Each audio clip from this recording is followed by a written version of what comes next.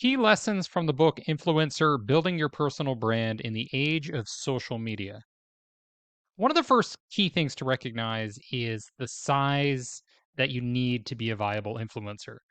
Now, a lot of people think you need to have a million plus followers. That isn't true. The general rule of thumb is that you should have about 100,000 followers to be a full time influencer.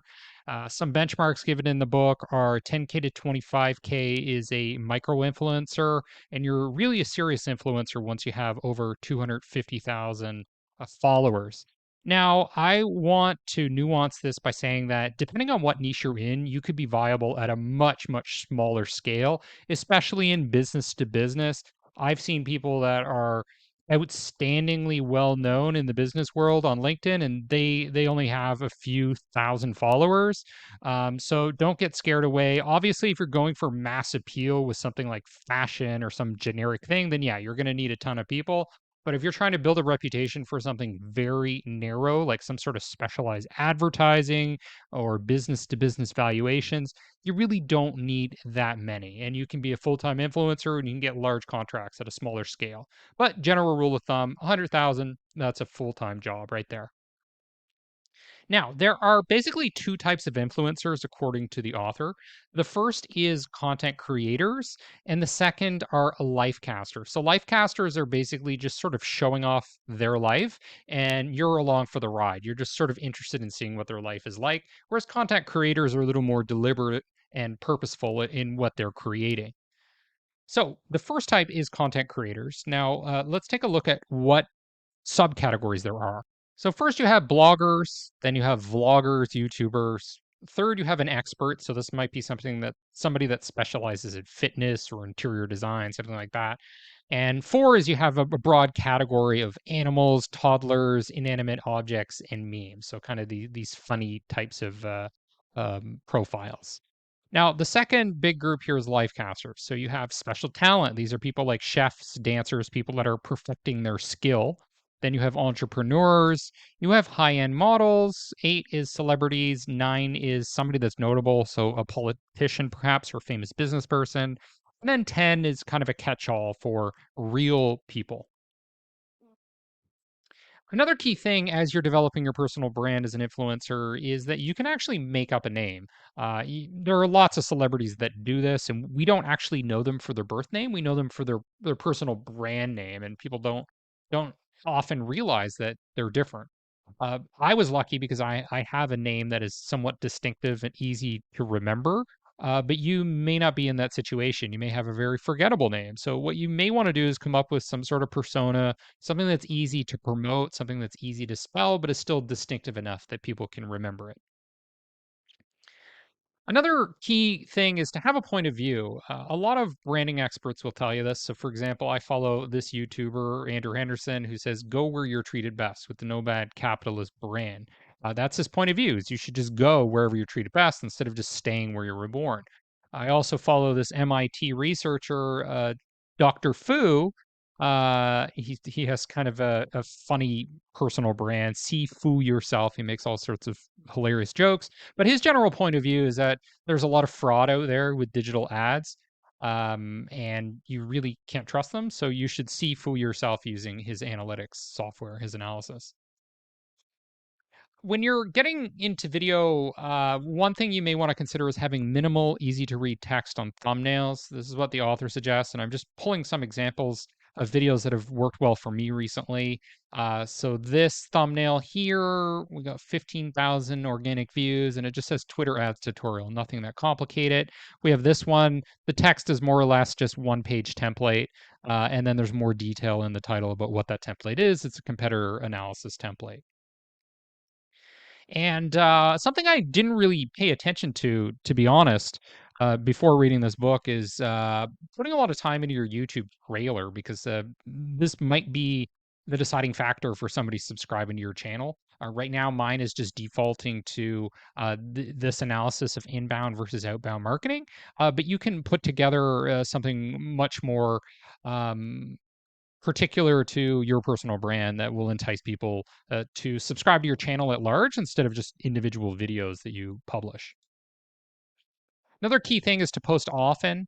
There are tools that can help you do that. One is Taplio. I have a video where I talk about using Taplio automation that can automatically schedule your posts, and you can use things like AI to assist in this process. You can also have an assistant who will help you publish more frequently instead of sporadically. You want to create different types of content. That doesn't mean that you talk about random things that are unrelated, but it means taking the general theme of what your channel is and doing things like photos of you, photos of your surrounding, um, uh, bag spills, contents of your gym bag, perhaps unpacking your suitcase. You can do videos. Depending on your niche, some of these may or may not be relevant. Slideshares, for example, are very popular on LinkedIn, which is a growing space for influencers. Now, there's a general rule out there, which is that your post should be following the 70-30 rule, which is that 70% of your posts are organic, natural posts, and 30% are sponsored posts.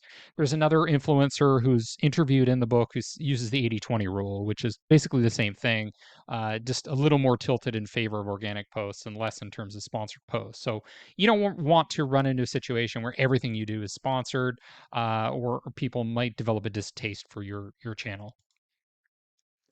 Now, another thing to keep in mind is that a lot of people that are influencers or so-called influencers are really just celebrities who became famous through offline activity. In your case, because you're probably building your personal brand digitally, you need to think a lot about adapting your content to each platform because that's where you're going to become known. That's where you're going to be discovered. So there are some tips provided in this book specifically about the road to 100,000 followers on Instagram. So just a few things to consider. I don't think you necessarily need to follow all of them, but um, take what you want and leave what you don't want. One is create content on a regular schedule. Personally, that's something I would never do, but it may work for you.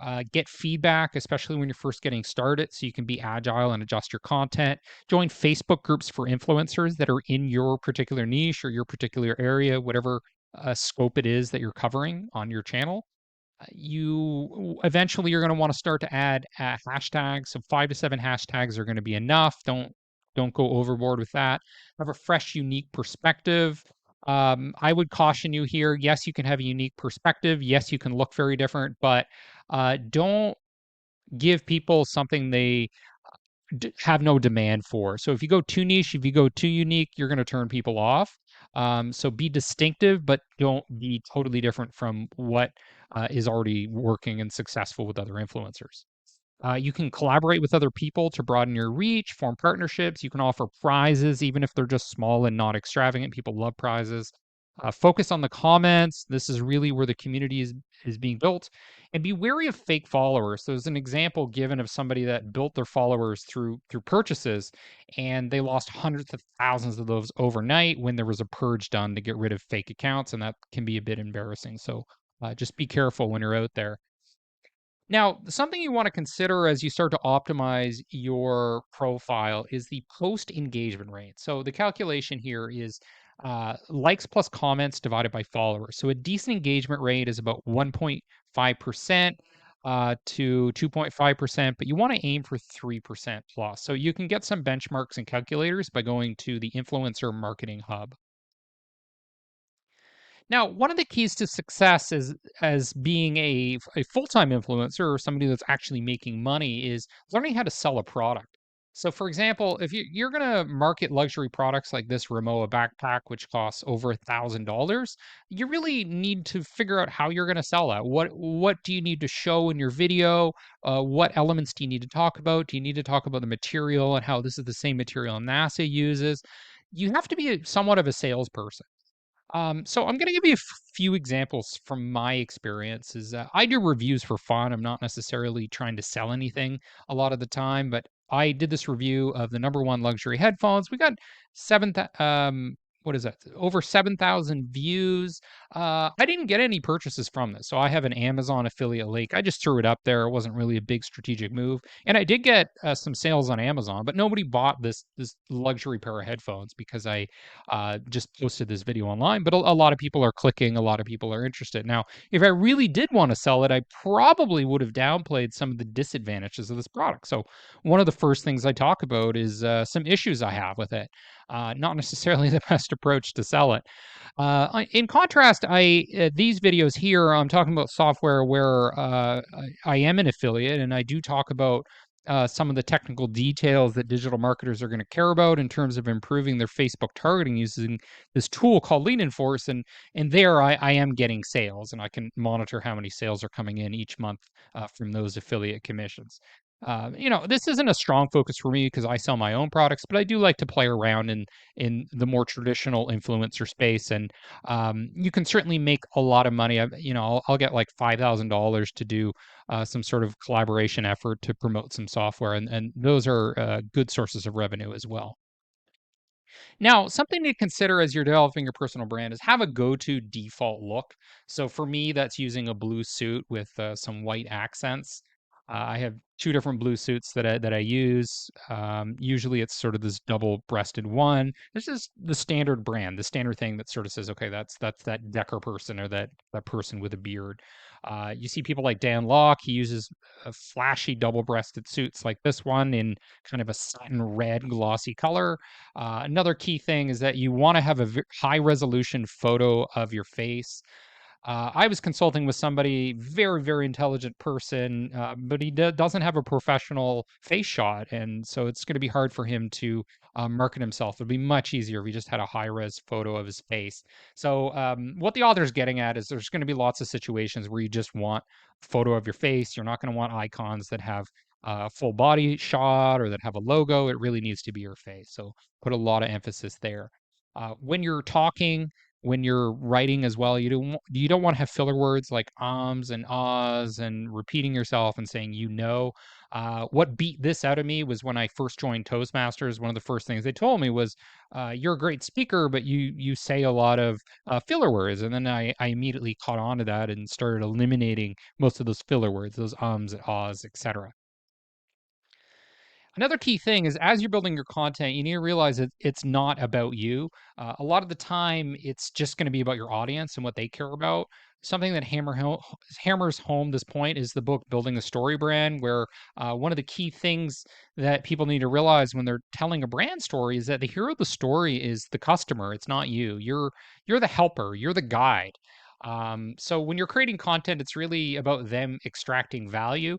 Now, I would nuance this and say there are situations where it really is about you. If you're doing brand advertising, for example, the most important thing is that they remember your brand name. Now, maybe that's your name, your literal birth name. Maybe it's a name you made up, or maybe it's a brand name for your company.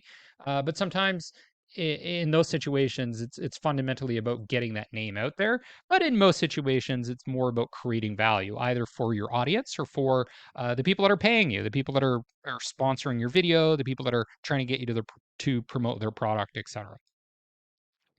And as you start to create these partnerships, you need to be very selective. So I'm very selective with partnerships, and part of that is from learning. When I was working in Silicon Valley as an employee, I tried to build up tons of partnerships, and eventually I realized most of these were a waste of time. You want to invest in the partnerships that matter, and often those are the biggest ones or the ones that are most aligned with you strategically. I have people reaching out to me every week trying to get partnerships going, and I say no probably 90% of the time because it's just a waste of time. They're basically what's going to end up happening is you're going to waste your time with people. And it may seem free, it may seem like they're not charging you anything, but it's really if you worked at your hourly rate, it's a total waste of time, especially people that aren't willing to pay you. People are willing to pay for that initial meeting because they really think there's serious potential there, then they respect you and they understand your value. So I would at least listen to those potential partners. Now, you need to figure out what kinds of partnerships you want. So, are those ambassadorships? Are those sponsored blogs, sponsored vlogs, sponsored social posts? Are they Facebook Lives? Are there events that you want to do, or meet and greets? Are there photo and video shoots? Other projects, affiliate product evaluations, all types of things. Figure out what you actually want. and then kind of work backwards to figure out, okay, what content do I need to create that will appeal to people that will pay me to do that type of thing? Or who do I need to align with to get more reach and become well known in that space? Now, getting to the money. So, you need to think about your hourly rate and what's worth your time. So, for example, I've gotten some contracts around the $5,000 mark. The book talks about how that's about 8 hours of work. In my case, sometimes less, sometimes more, depending on what I'm doing. If I'm doing a live seminar, I can make tons of money in a very short amount of time, especially if the presentation's already been made. But you need to think about two factors, and I think this is a very important takeaway from this book is there's the distribution fee, which is you have a lot of followers, you're able to give them this brand or whatever, this product a lot of exposure. And then there's the talent fee, which is actually your time. So you need to factor both of those in because if you're producing a new video or a new post or whatever, that takes time and your time is worth money. So you figure out your talent fee basically based on your hourly rate. So let's say you charge out at $300 an hour for consulting and you spend 5 hours, then you could do the math and figure out what you should be charging that. But you also posting for your channel that has value in addition. So that's why the prices for influencers can really go high. So, for example, let's say you have 100,000 followers, you do a 1 day shoot. And an Instagram post that could be worth $4,000. We have some benchmarks here on the right. This is directly from the book, so I don't want to take credit for this at all. But let's say that you're in the 100,000 to 500,000 follower uh, line here. Instagram post might be 2 to 5,000. YouTube video might be 5 to 10,000. This is just for the distribution fee, and then the talent fee. You could add an additional $2,000 to $7,000 here. Makes sense to me. Um, Now, in other cases, you may actually work for free in exchange for publicity. So, for example, if you get on a podcast that has a huge, massive following and it's much larger than you, then that's worth doing. Personal brands like Jordan Peterson have been built that way by being a guest on podcasts, which I assume was a free offer.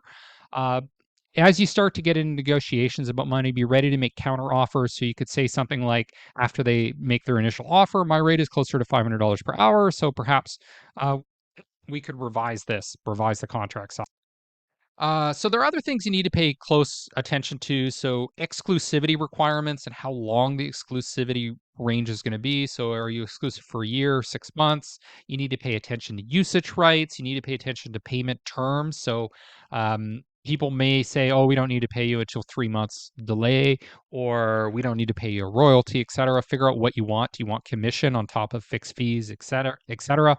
One of my big challenges with partners is they expect me to work on commission only, which to me is just ridiculous. Pay me up front plus commission. Another thing is you may have to be transparent a lot of the time about you being paid. So you can say, hey, shout out to XYZ brand for partnering with me on this video, hashtag ad, something like that. As you start to get sort of these ad hoc projects, you can start talking to advertisers and brands about long-term partnerships. The holy grail being the brand ambassador. Guy Kawasaki, I believe, is the brand ambassador for Canva, so that would be like a very high-level example. Um, as you start to pitch yourself more, you need to understand the type of people who follow you because that's one thing the product managers are going to want to know is who is following you. Because does that fit the profile of the people that they want to buy their products? And it also helps you create content that caters to them better by understanding them better. Now, the author talks about these things called blogger roundups. I think what she's getting at here is lists. So, for example, the 25 most stylish bloggers in New York. So, when there are lists like this, you want to start to get featured. So, an example, you could write the owners of these blogger roundups and say, "Hi, my name is John. I'm a fashion blogger with 250,000 followers. I wanted to write you a note in case you were working on any future roundups where I might fit in." You can also use a similar approach to approach publicists, brands, casting agencies, etc. Another thing you could do is you could create your own list. So I did this once. It's a little bit sketchy, so I don't know if I would do this myself these days. But for example, I created a list of the top web design agencies when I was in the web design space. The author suggests putting yourself as number one here. Something to consider. I don't know. It seems a little bit dishonest to me, but Perhaps if you do make a legitimate list and you start updating it every year and build a brand around it, then it would make sense. Some examples for me is I got myself featured here as one of the top Udemy instructors. All I did was write the person that owned the site. I also got featured here, and in this case, all I did was get my assistant to put my profile up in this website because I want to be known as a top Udemy instructor. Maybe you want to be known as a top LinkedIn advertiser, fashion blogger in New York, whatever it is. So as you start to scale up, you're going to need staff, you're going to need contractors. So that means first and foremost, I would say hiring an assistant. That's helped me tremendously. You might have a manager, you could get a publicist and a lawyer and an agent who helps you get these contracts with brands.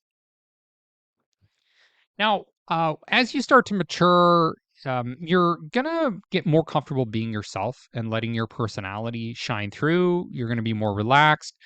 Sometimes when you first start as an influencer, you might sound a bit like a robot, but that's fine. That's the learning curve. That's the comfort curve. And in your ambitions as an influencer, you want to write down your biggest goal and work backwards. Maybe it's you want more free time. Maybe it's that you just want to work on content that you like, or you want to work with certain people. You don't want to get stuck into a situation where you're just doing things that you hate just because it generates money. Figure out what your goal is, short term and long term, and work backwards.